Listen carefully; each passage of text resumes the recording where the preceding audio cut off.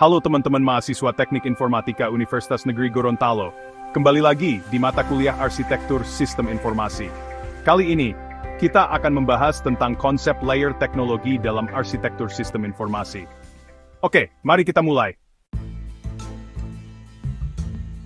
Bayangkan layer teknologi ini seperti infrastruktur kampus kita, tempat kita belajar dan beraktivitas sehari-hari.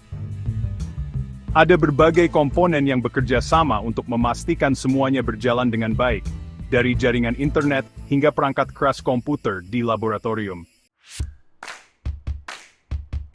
Pertama, kita akan membahas konsep struktur teknologi. Ini mirip dengan bagaimana kampus kita dibangun dan diorganisasi. Yuk, kita bahas satu persatu. Node. Node adalah sumber daya komputasional di mana artefak dapat disimpan atau dijalankan untuk eksekusi. Bayangkan node ini seperti server di lab kampus yang menyimpan dan menjalankan aplikasi untuk praktikum kita. Infrastructure interface atau antarmuka infrastruktur. Infrastruktur interface adalah titik akses di mana layanan infrastruktural yang ditawarkan oleh sebuah node dapat diakses oleh node lainnya atau oleh komponen aplikasi. Ini seperti portal Wi-Fi di kampus yang memberikan akses internet kepada semua perangkat mahasiswa. Device atau perangkat. Device adalah sumber daya hardware di mana artefak dapat dijalankan untuk eksekusi. Misalnya, komputer di lab kampus atau laptop yang kalian gunakan untuk mengerjakan tugas. Sistem software atau perangkat lunak sistem. Sistem software adalah lingkungan software untuk jenis komponen dan objek tertentu yang dijalankan padanya dalam bentuk artefak. Ini seperti sistem operasi Windows atau Linux yang terinstal di komputer kalian, yang memungkinkan aplikasi lain berjalan. Communication path atau jalur komunikasi. Communication path adalah hubungan antara dua atau lebih node, di mana node-node tersebut dapat bertukar data. Bayangkan ini seperti kabel jaringan yang menghubungkan server kampus dengan komputer di laboratorium. Network atau jaringan. Network adalah media komunikasi antara dua atau lebih perangkat. Misalnya, jaringan Wi-Fi kampus yang menghubungkan semua perangkat mahasiswa ke internet. Artifact atau artefak. Artifact adalah kepingan fisik data yang digunakan atau dihasilkan dalam proses pengembangan software atau oleh pelaksanaan dan operasi sebuah sistem. Contohnya, dokumen tugas akhir kalian yang disimpan sebagai file PDF. Sekarang kita beralih ke konsep perilaku teknologi. Ini mirip dengan bagaimana kita berperilaku di lingkungan kampus kita. Infrastructure service atau layanan infrastruktur. Infrastruktur service adalah fungsionalitas unit yang terlihat secara eksternal, disediakan oleh satu atau lebih node, terekspos melalui antarmuka yang jelas, dan memiliki makna bagi lingkungannya. Contohnya, layanan internet di kampus yang menyediakan akses bagi seluruh mahasiswa. Infrastructure function atau fungsi infrastruktur. Infrastructure function adalah elemen perilaku yang mengelompokkan perilaku infrastruktural yang dapat dikerjakan oleh sebuah node. Misalnya, fungsi firewall di server kampus yang melindungi jaringan dari akses yang tidak sah. Jadi, itulah sekilas tentang konsep layer teknologi dan konsep struktur teknologi dalam arsitektur sistem informasi. Kalau sebelumnya kita bahas hubungan antara bisnis dan aplikasi, sekarang kita turun lebih dalam ke bagian fondasi sistem, yaitu teknologi yang mendukung semuanya. Nah, kita bakal bedah gambar ini ya, yang menunjukkan contoh model layer teknologi. Oke, kita mulai dari sebelah kiri gambar ya. 1. Infrastructure service atau layanan infrastruktur. Claim file service. Di bagian atas kiri, ada bubble yang bertuliskan Claim File Service. Ini adalah infrastructure service, artinya layanan yang berada di level infrastruktur untuk mendukung proses bisnis, seperti menangani file claim. Misalnya, file claim pelanggan disimpan, dikelola, atau diambil dari sini. Sekarang, lihat garis putus-putus yang menghubungkannya ke kotak di bawah, yaitu data storage. Ini menunjukkan bahwa layanan ini memanfaatkan fungsi penyimpanan data sebagai fondasinya. 2. Infrastructure function atau fungsi infrastruktur. Data storage. Kotak data storage ini adalah tempat di mana data klaim disimpan.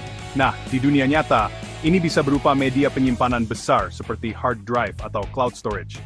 Garis solid yang keluar dari data storage menuju DB2 database menunjukkan bahwa data ini disalurkan ke sistem basis data yang bertugas mengelola dan mengatur data tersebut. 3. Sistem software atau perangkat lunak sistem, DB2 database. DB2 database adalah salah satu jenis perangkat lunak sistem yang digunakan untuk manajemen basis data.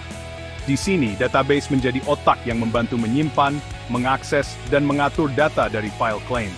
DB2 ini berjalan di atas perangkat keras besar yang disebut series mainframe, seperti yang kalian lihat di kotak biru besar yang menaungi data storage dan DB2 database. 4. Series mainframe. Z-series mainframe adalah perangkat keras atau server besar yang mendukung fungsi backend. Nah, bayangkan ini seperti pabrik yang memproses semua data kalian di belakang layar. Mainframe ini terkenal dengan kemampuannya menangani banyak data dalam waktu bersamaan, cocok untuk perusahaan besar, seperti asuransi atau bank. Lanjut ke bagian tengah gambar ya. Network, LAN, atau Local Area Network. Di tengah, kita punya kotak bertuliskan LAN. Ini adalah jaringan lokal yang menghubungkan semua komponen tadi di sebelah kiri, dengan perangkat di sebelah kanan. Bayangkan LAN seperti jalan raya yang memastikan semua data bisa bergerak dengan lancar dari satu tempat ke tempat lain. Jadi, di sini LAN menghubungkan Z-series mainframe dengan Sunblade. Sekarang, kita geser ke bagian kanan gambar. 2. Device, Sunblade. Di kanan kita punya Sunblade yang merupakan perangkat keras lain, biasanya berupa server yang mendukung aplikasi-aplikasi tertentu. Nah, lihat di dalamnya ada kotak kecil bertuliskan Application Server. Ini adalah perangkat lunak yang menjalankan aplikasi bisnis di atas infrastruktur teknologi. Misalnya, kalau tadi di layer bisnis ada Payment Service, maka bagian ini yang menangani proses teknis dari sisi aplikasinya. 3. Artifact Financial Application EJBs. Terakhir, di bagian atas kanan, ada kotak yang bertuliskan Financial Application EJBs. Ini adalah artefak teknologi, yaitu hasil nyata dari proses teknologi tadi. Dalam konteks ini, EJBs atau Enterprise Java Beans adalah komponen perangkat lunak yang digunakan untuk menjalankan aplikasi keuangan. Garis solid dari application server ke artefak ini menunjukkan bahwa aplikasi keuangan berjalan di atas server aplikasi tersebut. Sekarang kita geser ke bagian kanan gambar. 2. Device, Sunblade. Di kanan kita punya Sunblade, yang merupakan perangkat keras lain, biasanya berupa server yang mendukung aplikasi-aplikasi tertentu. Nah, lihat di dalamnya ada kotak kecil bertuliskan Application Server. Ini adalah perangkat lunak yang menjalankan aplikasi bisnis di atas infrastruktur teknologi. Misalnya, kalau tadi di layer bisnis ada Payment Service, maka bagian ini yang menangani proses teknis dari sisi aplikasinya. 3. Artifact Financial Application EJBs. Terakhir, di bagian atas kanan ada kotak yang bertuliskan Financial Application EJBs. Ini adalah artefak teknologi, yaitu hasil nyata dari proses teknologi tadi. Dalam konteks ini, EJBs atau Enterprise Java Beans adalah komponen perangkat lunak yang digunakan untuk menjalankan aplikasi keuangan. Garis solid dari application server ke artefak ini menunjukkan bahwa aplikasi keuangan berjalan di atas server aplikasi tersebut. Kesimpulannya, gambar ini menjelaskan bagaimana semua layer teknologi saling terhubung untuk mendukung proses bisnis. Dimulai dari layanan infrastruktur, seperti Claim File Service, yang memanfaatkan data storage dan DB2 database di Z-series mainframe, hingga jaringan LAN yang menghubungkannya ke perangkat keras lain, yaitu Sunblade dengan application server. Akhirnya, aplikasi yang berjalan di atasnya menghasilkan artefak teknologi seperti Financial Application EJBs. Sederhananya, layer teknologi ini adalah tulang punggung yang membuat semua proses bisnis bisa berjalan lancar. Kalau salah satu layer bermasalah, efeknya bakal terasa di proses bisnis. Makanya, desain layer teknologi harus dirancang sebaik mungkin, biar perusahaan nggak cuma efisien, tapi juga tahan terhadap masalah teknis. Sampai sini, sudah mulai kebayangkan betapa pentingnya teknologi dalam arsitektur sistem informasi. Jangan lupa, layer teknologi ini adalah bagian dari fondasi, jadi harus stabil dan bisa tahan banting. Oke, lanjut ya. Lanjut tentang penyelarasan aplikasi dan teknologi dalam arsitektur sistem informasi. Di dalam arsitektur sistem informasi, layer teknologi dan aplikasi harus saling melengkapi untuk memastikan sistem bekerja secara optimal. Ada dua jenis hubungan utama di sini. 1. Layanan infrastruktur digunakan oleh fungsi aplikasi. Misalnya, sebuah aplikasi penjualan online membutuhkan layanan teknologi seperti server atau jaringan internet agar dapat berjalan. Di sini, server dan jaringan merupakan layanan infrastruktur yang mendukung fungsi aplikasi tersebut. Jika infrastrukturnya bermasalah, aplikasi juga tidak akan berjalan dengan baik. 2. Artefak mewujudkan data objek dan komponen aplikasi.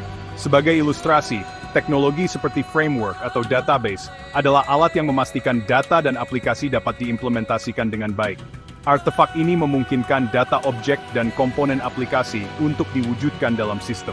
Hubungan ini penting untuk memastikan sistem yang dibangun efisien dan efektif. Jika teknologi yang digunakan tidak sesuai dengan kebutuhan aplikasi, sistem yang dihasilkan mungkin tidak optimal atau bahkan tidak berfungsi sebagaimana mestinya. Dengan memahami penyelarasan antara layer teknologi dan aplikasi, sistem yang dirancang akan lebih solid dan relevan, tidak hanya untuk memenuhi kebutuhan spesifik, tetapi juga untuk memastikan keberlanjutan di dunia nyata. Di gambar ini, kita bisa melihat bagaimana aplikasi-aplikasi di level atas dapat berjalan dengan lancar karena adanya infrastruktur yang dirancang sedemikian rupa. Saya akan menjelaskan gambar ini satu persatu, dari kiri ke kanan biar lebih jelas. Kita mulai dari kiri gambar. 1. CRM System. Di bagian atas kiri, kita melihat CRM System, yang merupakan aplikasi untuk mengelola hubungan dengan pelanggan. CRM ini penting banget untuk perusahaan yang ingin memberikan layanan maksimal kepada pelanggan. Lalu, ada garis hitam solid yang menghubungkan CRM System dengan customer data. Ini menunjukkan bahwa CRM memanfaatkan data pelanggan yang disimpan untuk menjalankan fungsinya, seperti mencatat transaksi atau interaksi pelanggan. 2. Customer Data.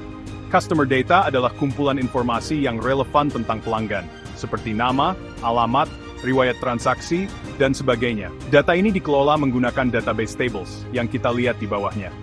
Garis putus-putus menghubungkan customer data ke database tables, yang berarti data ini diorganisasi dan disimpan di dalam tabel database. 3. Claim File Service. Selanjutnya kita lihat Claim File Service yang berada di sisi kiri bawah. Layanan ini adalah contoh aplikasi yang menangani klaim, misalnya dalam konteks asuransi. Jadi, klaim yang diajukan pelanggan akan diproses melalui layanan ini. Claim File Service terhubung langsung ke data storage melalui garis putus-putus, yang berarti layanan ini membutuhkan akses langsung ke penyimpanan data untuk menyimpan atau mengambil file klaim. 4. Z-Series Mainframe. Nah, sekarang kita turun ke Z-Series Mainframe, perangkat keras besar yang menjadi pusat operasi data. Di dalamnya ada dua komponen utama, yaitu Data Storage dan DB2 Database. Garis solid yang menghubungkan DB2 Database dengan Database Tables menunjukkan bahwa tabel-tabel ini diatur di dalam sistem database. Sekarang kita ke bagian tengah, LAN atau Local Area Network. Lihat kotak kecil bertuliskan di tengah. Ini adalah jaringan lokal yang berfungsi sebagai penghubung antara mainframe di kiri dan server aplikasi di kanan. Bayangkan LAN ini seperti jalan tol data, tempat lalu lintas data terjadi dengan cepat. Sekarang ke bagian kanan gambar. 1. Sunblade. Di sisi kanan bawah ada perangkat keras lain yang disebut Sunblade, yang biasanya berupa server untuk aplikasi tertentu. Di dalamnya kita melihat application server, perangkat lunak yang digunakan untuk menjalankan aplikasi bisnis. Garis solid yang keluar dari application server menuju ke Financial Application EJBs. Di atas menunjukkan bahwa aplikasi server ini bertanggung jawab untuk memproses fungsi keuangan tertentu. 2. Financial Application EJBs. Financial Application EJBs adalah komponen perangkat lunak yang menangani proses terkait keuangan, misalnya menghitung klaim, mencatat pembayaran, atau fungsi keuangan lainnya. Ini adalah salah satu bagian dari aplikasi keuangan yang berjalan di atas server aplikasi. Garis putus-putus dari Financial Application EJBs menuju Financial Application di bagian atas kanan menunjukkan bahwa aplikasi ini adalah produk akhir yang digunakan oleh pengguna atau organisasi. Kesimpulan alur gambar. 1. CRM System mengandalkan customer data yang diorganisasi di database tables. 2. Claim File Service bekerja menggunakan data storage yang dikelola oleh Z-Series Mainframe. 3. Infrastruktur ini semuanya terhubung melalui jaringan LAN yang menghubungkan ke Sunblade. 4.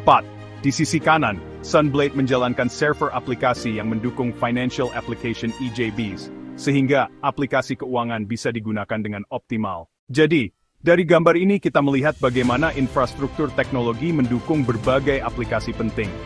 Setiap bagian, dari perangkat keras hingga perangkat lunak, bekerja sama agar organisasi bisa berjalan efisien. Kalau ada satu bagian yang tidak optimal, seluruh sistem bisa terkena dampaknya. Oke, sampai di sini dulu penjelasan kita tentang aplikasi yang didukung oleh infrastruktur. Saya harap dengan penjelasan ini, kalian semakin paham bagaimana komponen teknologi mendukung fungsi aplikasi di dunia nyata. Jangan lupa, desain yang baik di layer infrastruktur juga mendukung suksesnya layer aplikasi atau sistem informasi.